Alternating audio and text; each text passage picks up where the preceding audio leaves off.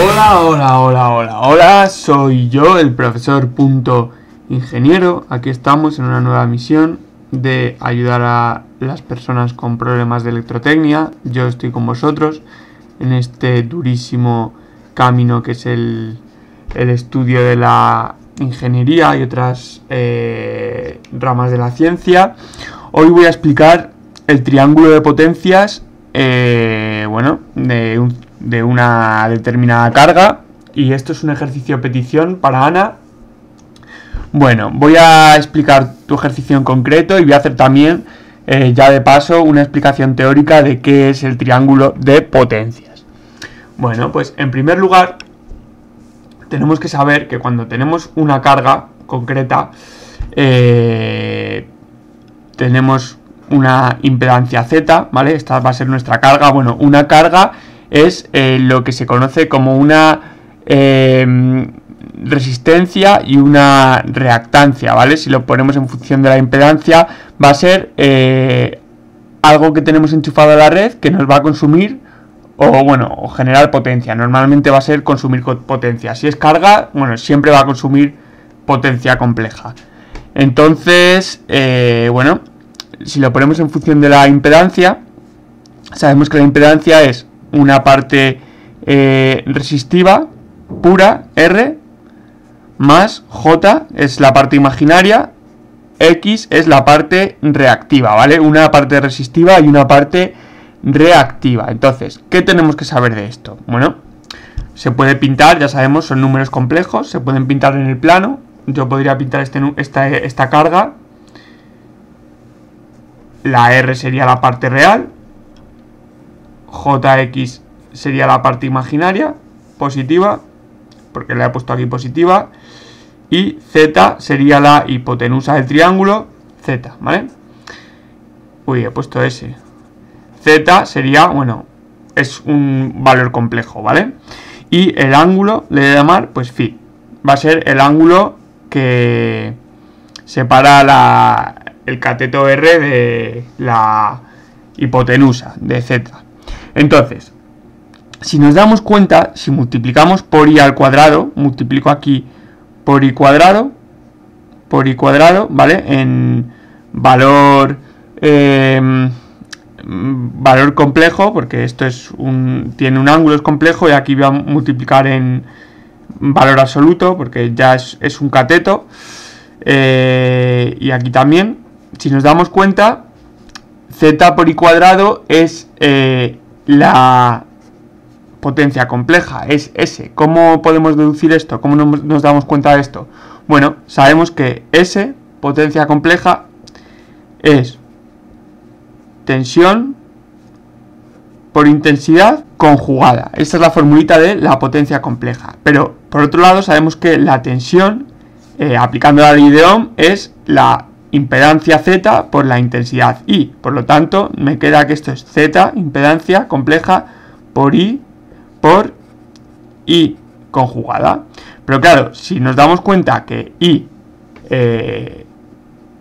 intensidad compleja I, es el módulo de I por su ángulo, el ángulo Φ sub I, el que sea, la intensidad conjugada va a ser ese mismo módulo, pero con el ángulo negativo. Al final, eso es lo que significa que un valor esté conjugado. Es el mismo módulo, pero el ángulo es el inverso, por así decir. Entonces, al multiplicar este por este, me va a quedar I cuadrado. Esto de aquí me queda I cuadrado y el ángulo me queda 0. Se me va este ángulo con este. Por lo tanto, me queda que la potencia compleja es Z complejo por I cuadrado en módulo. De ahí puedo deducir esta formulita que he escrito aquí. O sea, puedo quitar el valor complejo a la I y me queda Z compleja por I cuadrado. Lo que os quiero enseñar con esto es que la potencia, porque a la vez hemos demostrado que esto es S, la potencia, el triángulo de potencias, va a ser función directa del triángulo de carga. Es decir, el ángulo va a ser el mismo y por tanto, con el triángulo de potencias podemos explicar el triángulo de carga y viceversa. Con el triángulo de carga podemos explicar el triángulo de potencias. Os estoy explicando todo esto porque en este ejercicio me dicen que explique un poco este triángulo de potencias y que diga de qué tipo son las cargas que definen este triángulo de potencias que ahora vamos a explicar. Pero bueno, quiero acabar antes con esta introducción teórica. Entonces, dicho esto, me doy cuenta de que esto de aquí, el módulo, ¿vale? El módulo de esto es pues z por i cuadrado. Ese es su módulo. Y eso es también u por i, claro. Es potencia compleja, aunque fuese u por i conjugado, su módulo es u por i. ¿De acuerdo? Porque el conjugado solo implica el ángulo. El valor del módulo es exactamente el mismo, como hemos explicado en estas formulitas de aquí. Entonces, ¿qué más podemos sacar de aquí? Bueno, podemos sacar que si la hipotenusa es u por i, aplicando trigonometría, este cateto de aquí es el coseno, por lo tanto va a ser u por i por el coseno de phi. Y eso va a ser a lo que llamamos potencia activa P, que es la potencia que miden los batímetros, es pues la potencia que consume realmente mi carga. Y esta de aquí, la potencia imaginaria, que se llama potencia reactiva, es pues el seno de este triángulo, por lo tanto es la hipotenusa u por i por el seno de alfa, y eso es lo que se llama Q, potencia reactiva, ¿vale? Es la potencia que generan o suministran la parte imaginaria de la carga, ¿vale? En concreto las bobinas y los condensadores son es la parte responsable de la potencia reactiva, ¿vale? Y suministrarán o generarán. Bueno, en concreto la bobina, la X de la bobina, es decir, la parte reactiva de la bobina es J, bueno, no voy a poner la J porque estoy diciendo directamente la X, es WL, es decir, la frecuencia angular omega por la inductancia de la bobina, y será positiva para una bobina y para el condensador, X condensador, es menos 1 partido de WC, donde C es la capacidad del condensador, y es negativa por el signo de aquí, ¿vale? Suponiendo, bueno, la frecuencia angular positiva y la inductancia positiva y la capacitancia positiva. Entonces, bueno, pues dicho esto, nos damos cuenta que si al final tenemos una fórmula del tipo z igual a r más jx, o tenemos una del tipo z igual a r menos jx, la de arriba pues tendrá una parte resistiva real, resistiva pura, tendrá una parte inductiva debida a una bobina, y la formulita de abajo, su parte reactiva, será debida a condensadores, porque siempre que la X sea negativa es debida a condensadores. Podemos tener al final una suma de cargas que tenga tanto bobinas como condensadores, y la X neta será pues la suma total de bobinas y condensadores. Si al final me queda negativo, quiere decir que los condensadores tiran más que las bobinas, ¿vale? Eso es lo que significa. Lo podríamos haber escrito también en vez de en función de la impedancia, lo podríamos haber escrito en función de la admitancia Y, que simplemente es 1 entre la impedancia, y se puede escribir como la conductancia G más J por la susceptancia B, ¿vale? Mayúscula. Y bueno, pues es exactamente lo mismo. Lo que pasa que en este caso, cuando estemos ante una bobina que es inductiva, dijimos que la X será positiva, por esto de aquí. Bueno, esto se deduce muy fácilmente de que la impedancia de una bobina es JWL y la impedancia de un condensador es 1 partido de JWC. Por lo tanto, en el condensador, si queremos poner la J arriba, multiplicando por J abajo y J arriba, como J al cuadrado es menos 1, me queda menos J partido de WC. De ahí es donde deducimos que la X del condensador tiene que ser negativa y la X de la bobina tiene que ser positiva. Pasa justo lo contrario si lo ponemos en función de la impedancia, ¿vale? Como la impedancia de una bobina es pues la inversa de la admitancia de una bobina es la inversa de la impedancia, es 1 partido de JWL, al poner la J arriba me queda menos J 1 partido de WL, claro, al multiplicar por J abajo y J arriba. Sin embargo, la admitancia de un condensador es JWC, ya tenemos la J arriba y es positiva. Por lo tanto, me doy cuenta que si lo ponemos en función de la admitancia, bueno, la parte G, que es lo que hemos llamado conductancia, va a ser positiva siempre, es la parte resistiva, pero la parte reactiva, la susceptancia, va a ser positiva para el condensador cuando tengamos un condensador y negativa cuando tengamos una bobina, por esto que acabo de explicar aquí, ¿vale? Y ahora sí, pasamos ya a explicar el ejercicio en cuestión que me pide Ana. Veamos, me dan 3 cargas. Me lo dan ya directamente en triángulo de potencias, pero como os he explicado aquí, es absolutamente equivalente que me den el triángulo de cargas como el triángulo de potencias. Es decir, los ángulos son los mismos, por este triangulito que he explicado aquí. Me dan 3 potencias distintas. La potencia S1 viene hasta aquí, me dan por tanto la parte activa P1, la parte reactiva Q1, luego me dan una potencia S2, que es esta que baja hacia acá, abajo, con su parte real y su parte imaginaria, P2, Q2, y luego una potencia S3, que va desde aquí hasta aquí, con su parte real, P3, y su parte imaginaria, Q3. Y luego me dan la potencia total, porque claro, bueno, me dan la potencia total, S total, complejamente hablando, y la potencia total activa, la potencia total reactiva. Claro, esto podría ser una carga puede ser una caja negra, por ejemplo, esta caja de aquí, a mí me la dan, está pintada de negro, yo no sé lo que hay dentro, pero puede ser que dentro, por aquí venga mi cable, ¿vale? Por fuera, yo lo único que veo es el cable, una caja negra y cable, y lo puedo conectar a mi circuito, y me dicen, esta caja de aquí tiene una carga con tales características, yo me lo tengo que creer porque no la veo, pero puede ser que dentro haya, pues, una resistencia con una bobina, luego otra resistencia con un condensador y luego otra resistencia con otra bobina. Al final tenemos 3 cargas, las 3 que hemos pintado aquí, pero a mí con este triángulo me dicen al final esta caja como potencia total, cómo actúa, si es capacitiva o si es inductiva. Y en este caso nos damos cuenta que es inductiva. ¿Por qué es inductiva? Bueno, pues porque la Q total es positiva, y hemos dicho que cuando la Q total es positiva estamos ante una bobina, ¿vale? Es inductiva. Vamos a explicarlo término por término para que quede más claro y se entienda. La primera potencia, veamos, la primera potencia es esta aquí, S1.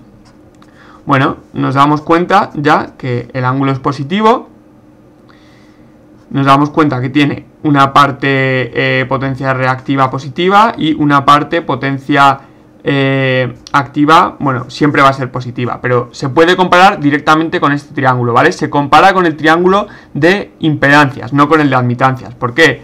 Por lo que acabo de demostrar aquí, porque he demostrado que multiplicando por i cuadrado llegamos al de potencias. Entonces es proporcional directamente a este y inversamente proporcional al de admitancias, que no lo he pintado pero que se pintaría igual. Sería G más JB, se pintaría exactamente igual.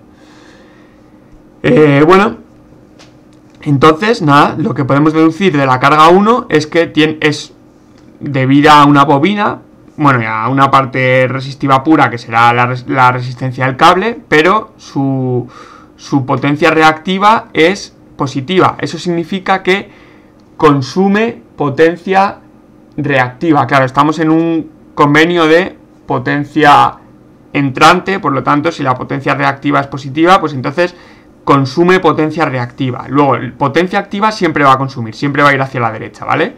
Y al final me queda la potencia compleja aquí. Entonces, la segunda carga nos vamos a dar cuenta que es debida a un condensador, porque viene para abajo. ¿Y cómo nos damos cuenta? Pues porque la Q es negativa, va para abajo.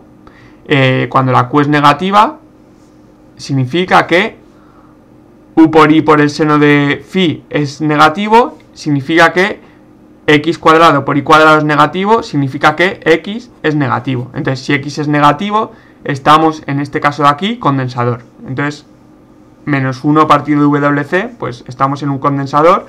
Por lo tanto, la potencia reactiva que estaba consumiendo la bobina en parte se ve compensada por la potencia reactiva que suministra el generador. Claro, si estamos en un convenio de potencia entrante y aquí es negativa, significa que suministra potencia reactiva el condensador. Su ángulo es φ2. Entonces, inicialmente estábamos en 0, hemos subido a 1, que es la potencia que consumía la bobina. hemos bajado hasta aquí gracias a la potencia que suministra el condensador, y si ahora hiciésemos un balance neto de potencia reactiva, bueno, de potencia activa estaríamos consumiendo hasta aquí, P, que es la que mediría el batímetro, pero de potencia reactiva solo estaríamos consumiendo hasta aquí, esta altura de aquí, muy poquito, casi no consumimos potencia reactiva. Nos damos cuenta de que si ponemos un condensador, que podríamos poner un condensador aquí, que neutralizase totalmente la potencia reactiva, es decir, que devolviese a la red toda la potencia reactiva que consumió la bobina. Y como normalmente en la industria el 95% de las cargas son inductivas, pues en los motores de inducción, en los transformadores, etcétera, en todo tipo de máquinas rotativas suelen ser las cargas inductivas. Entonces siempre consumen potencia reactiva. ¿Qué se hace? Se añaden condensadores en paralelos, baterías de condensadores en paralelos, que tantas veces hemos estudiado en mis vídeos. ¿Para qué? Pues para devolver a la red esa potencia reactiva que me estaban consumiendo las bobinas, ¿vale?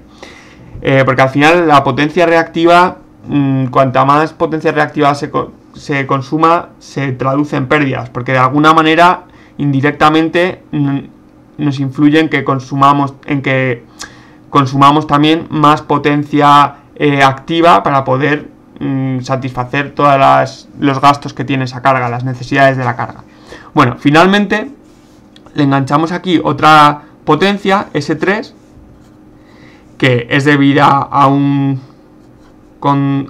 bobina también, porque al ir su potencia reactiva Q3 ser positiva, significa que U por I por el seno de phi es positivo, significa que X por Y cuadrado es positivo. Esto aquí puse un 2, era cuadrado, perdonad. Error mío, fallo mío. X por Y cuadrado es positivo, como la intensidad siempre es positiva, lo que tiene que ser aquí también positivo es la X. Si X es positivo, significa que estamos, en este caso aquí, WL, positivo, estamos en una bobina. Entonces lo que estamos haciendo es otra vez volviendo a consumir potencia reactiva. Por lo tanto, mi carga total, mi caja negra, la que pinté aquí arriba, al final va a ser esta potencia compleja, S total, que va a consumir una potencia reactiva total Q sub 3 y una potencia activa P sub 3, que va a ser desde el origen de coordenadas hasta aquí, P sub 3, va a ser toda la potencia que consume, ¿vale? Y esta va a ser la que mida mi batímetro, P3. Nos damos cuenta que si yo ahora mismo instalase una batería de condensadores de tal manera que su potencia reactiva fuese esta, hacia abajo, Q4, yo podría neutralizar esta Q3 total que me estaba consumiendo mi carga, porque el condensador pues aportaría esta carga, de tal manera que al final mi ángulo fuese 0. Claro, si yo bajo este triángulo y lo bajo aquí, mi ángulo sería 0 y podría conseguir una carga que solamente consumiese potencia activa, que eso va a ocurrir siempre, es decir, P, pero que no consumiese potencia reactiva. Pues sí, se podría hacer, y eso se calcula con una fórmula que hemos utilizado en algunos ejercicios, que es la capacidad de la batería de condensadores que hay que situar en paralelo, es la potencia activa, P, por la tangente del ángulo que tenemos menos la tangente del ángulo del factor de potencia que queramos conseguir. Claro, si queremos conseguir un ángulo 0, que este triángulo está aquí, pues tangente de phi' será 0, y eso se divide entre la frecuencia angular por la tensión al cuadrado. Bueno, esto lo he mencionado simplemente para que os suene para otros vídeos, porque ya lo tengo explicado en mis vídeos de corriente alterna, ejercicios resueltos de corriente alterna, corrección del factor de potencia. Y nada, lo importante de esto es que entendáis el triángulo de potencias, que entendáis todas estas formulitas que he explicado. Es muy importante también que os suscribáis a mi canal y que comentéis, que creéis debate. Y bueno, organizad mis vídeos por listas, busca una lista que se llama electrotecnia y ahí hay un montón de vídeos de esto, de ejercicios resueltos de potencia, pero ya con circuitos electrotécnicos completos, con sus dificultades, sus facilidades, todo lo que hace falta. Venga, con esto me despido, un saludo y hasta la próxima.